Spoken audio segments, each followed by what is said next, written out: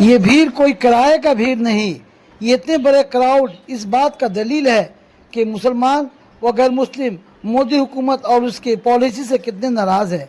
जी हाँ, ये वही मोदी हुकूमत है जो या ये वही बीजेपी की हुकूमत है जो मुल्क के अंदर तरक्याती कामों के बजाय हिंदू मुस्लिम दरमियान नफरत फैलाने की कोशिश करती है और हमारे मुल्क की गंगा जमनी तहजीबों को ख़त्म करने के लिए और हिंदुओं से मुसलमानों को लड़ाने के लिए हमेशा कोई ना कोई पॉलिसी बनाती है। अब मामला आया है वक्फ का। वक्फ का पूरा मामला मुसलमानों का है और वक्फ की ज़मीन मुसलमानों के लिए, अल्लाह के लिए वक्फ की जाती है। मगर बीजेपी वाले और मोदी हुकूमत हमेशा नफरत की पॉलिसी को सामने रखते हुए अब इसके अंदर अमेंडमेंट करना चाहते हैं। इसी के खिलाफ आज कलकत्ता के धर्मतल्ला में एक बहुत बड़ी रैली का इनेकाद मुल्क के मारूफ तंजीम यानी जमात इस्लामी की जानिब से किया गया, जिसमें हज़ारों की तादाद में मर्द और औरत दोनों मौजूद थे।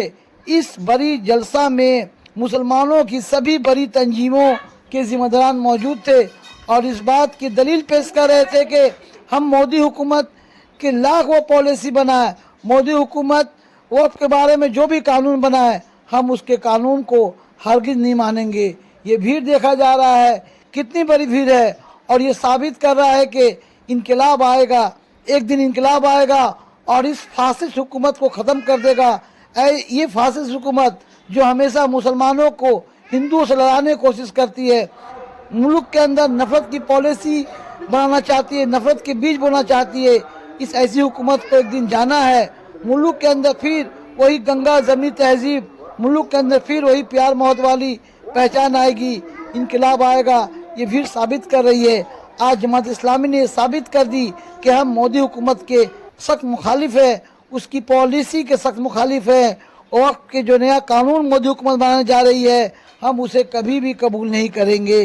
कैमरामैन शोएब आमिर के साथ मैं साजिद परवेज, टाइम्स न्यूज़ 18 कोलकाता।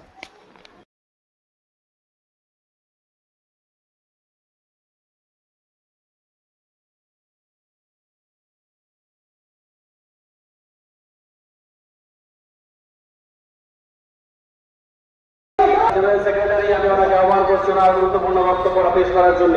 আপনারা সবাই বসে পড়ুন, আপনারা সবাই বসে পড়ুন। এরপরে আমাদের শেষ বক্তা জনাব সৈয়দ সালাউল্লাহ হোসাইন সাহেব বক্তব্য রাখবেন। और प्रधानमंत्री हमारी आप हजरात की साबित करनी को और यकसूनी को हम सलाम पेश करते हैं। इस वक्त जो हालात हमारे सामने, इन हालात की नजाकत का एहसास हम सब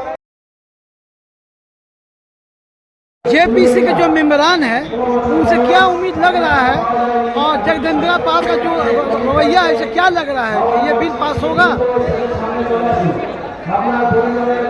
इस बिल के खिलाफ जो मुखालफत इसकी हर कॉर्नर से हो रही है और जितने बड़े पैमाने पर पूरे मुल्क के अवाम इस बिल के खिलाफ अपनी आवाज़ बुलंद कर रहे हैं और जितने मजबूत दलाइल इस बिल के गलत होने पर, सामने होने पर दिए गए, उसके पेश नज़र उम्मीद तो यही करनी चाहिए कि जेपीसी भी इस बिल को रिजेक्ट करेगी और पार्लियामेंट भी इसे नामंजूर करेगी।